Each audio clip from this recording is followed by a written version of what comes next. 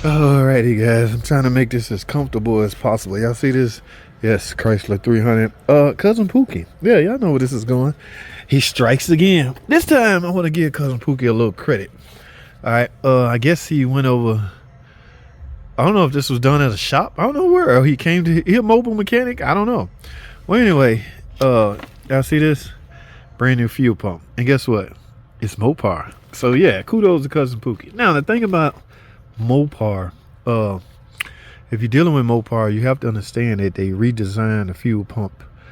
I think this is 2014. They redesigned them to the fact where, let me show y'all something. Y'all see this? This is the connector. So engineers, for some dumb reason, you see the big blue and red wire right there? They had it next to this wire right here, the very next wire. So this is positive and this is ground. Let me set it right here. This is positive and this is ground.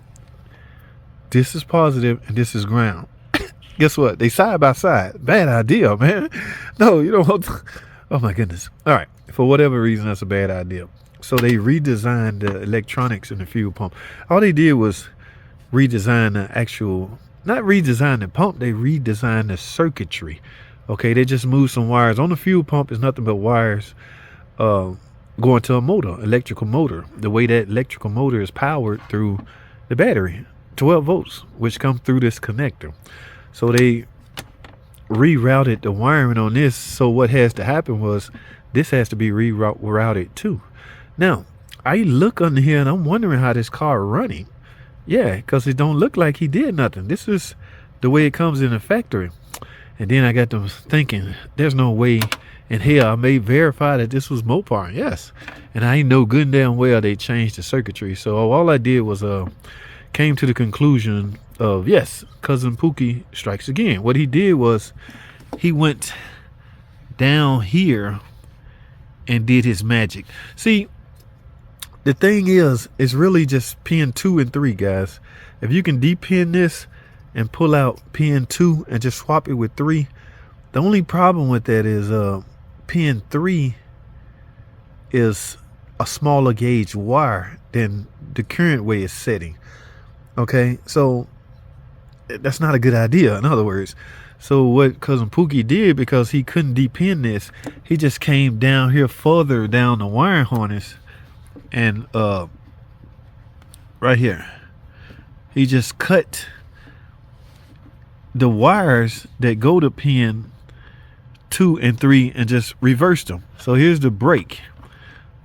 So I had to tap myself on the head. Wait a minute, how is this possible? So here's what he did. He just made the change down further down the connector. Okay, now this lady having problems. Sometimes she said she thinks she need another fuel pump. I said, I don't think you need another fuel pump, because when I went over there, or when I checked it out, I come back here and I just do this. Yeah, so there's something going on with this. I don't know if he soldered this correctly. For all I know, it could just be tape. Y'all know how we used to do in the old days? We didn't solder joint nothing because we didn't have solder guns. We just black taped everything. Yeah, that's a bad way to make connections nowadays, guys. Moisture can get in there and ruin everything. All right, I'm doing too much talking. Here's what I'm about to do to fix this. All right, I got a factory. Y'all see this? That's the part number. This is a factory kit for these factory Mopar fuel pump. Now, I got a video where I show me splicing this in, so I'm not going to film it now. So I suggest you right here, that link right here, click that link will take you to that video and show you how you do this the correct way. Okay, so what I'm about to do, this very same thing to this car. Here's my new head. I'm going in, all new wiring. I'm gonna make this the way it's supposed to be. I'm not gonna, I'm all of them. Okay, I'm not just gonna do some of them. I'm not gonna depin this and run wires, although I could, because look, these last 3 wires are fuel sending unit wires. There was nothing wrong with those. So if I can depin this, I gotta find my dependent tool. I'm just gonna depin them and push them in a new connector. But the last 2, or pin 1 and 3 now, is gonna be with these nice good heavy gauge wires, and I'm just gonna splice these in the current harness. All right, that is the way I plan to fix this car.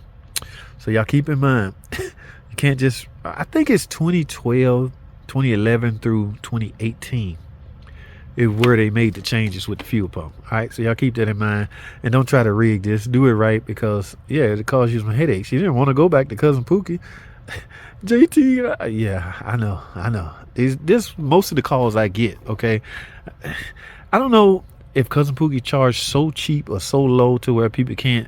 Oh damn, that's low. I'll take it. I need you to do it. You know, you get what you pay for, guys. If it costs more to get a certified mechanic to work on your car, again, you get what you pay for. All right, again, I'm talking too much.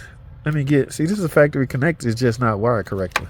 All right, let me get to work, man. I'll show y'all the ending results. How's that? And let y'all know, because I haven't decided yet how I'm gonna do it. I'm gonna see if I can depend this, how hard it is to depend this, and use the same current connectors for the other 3 sending unit wires, and just focus on the positive and ground. Because remember, that's what you need to make any electrical motor work. This is a motor. Now, I ain't talking about that thing under your hood. That's an engine. This is an electrical motor. It requires 12 volt and ground to operate. All right, stay tuned. Alrighty, guys. Yes, I was correct. Cousin Pookie didn't even solder this crap. He just taped it all up. So please do not try to make wiring connection that way, guys, with just black tape. No, it's best to solder this stuff. So here's the old connector. Goodbye. And I didn't bother to depend it. I always have a hard time depending this stuff. I'm just not a good depender. Damn. Okay. Well, anyway, here's my new connector all in place. All I'm doing now is getting ready. I'm warming up my my solder gun. Yeah, I see I'm do my solder joints right here, and I got heat shrink tube ready to go. So not only will I solder the wires correctly the way you're supposed to, I'm going to heat shrink them using typical heat shrink tubing.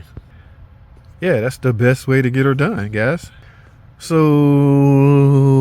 okay, I got all the heat shrink down here. I got this down. Is my gun ready? Y'all like my Milwaukee? Told you I'm a Milwaukee fan. All right. I don't know what I was doing without this. Now, got a Harbor Freight heat gun. That's the thing about the heat gun. It don't have to be a name brand. It don't have to be Snap-on, Matco, or anything like that. And I got black tape to wrap the whole complete harness up, not to tape up the connection, because the heat shrink tube gonna do that. And I got a piece of solder. I'm hoping that's enough. All right, guys, I got work to do. I got to get this soldered up. I only got one hand. I can't hold the phone and do this. That's why I can encourage y'all to watch that video of me putting this wiring harness in on another vehicle. I think it was a Challenger. All right, so y'all stay tuned. I'll come back when I'm done. Let's get it. Man, look at that. Ain't she pretty? Look at that heat shrink tube. That liquid coming out. Yeah, guy, that's a good thing. All right, I got them all melted and ready to go. Now it's time. Grab some electric tape and wrap up the whole thing, because she'll never stall out again. Mopar fuel pump and a new Mopar wiring harness. We good to go, baby. Hold tight. Wow, look at that. Just like factory, guys. Yeah. So let's get this plugged in.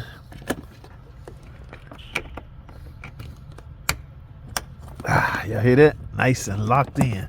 Now we're gonna try to wrap this to where it won't rub or get damaged in any way. That's why you got to be careful how long you make your harness. All right, you don't want it too long, you don't want it too short.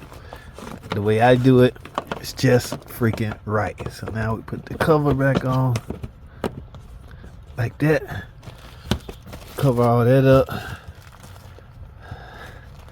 Route that, and the seat go back in place, and guess what? We're done. Let's see if it starts.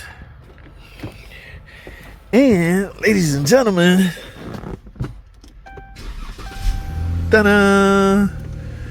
Yes, it starts and runs, and likely will be no more freaking stalling out. Guys, that's all I have, man. I appreciate y'all watching.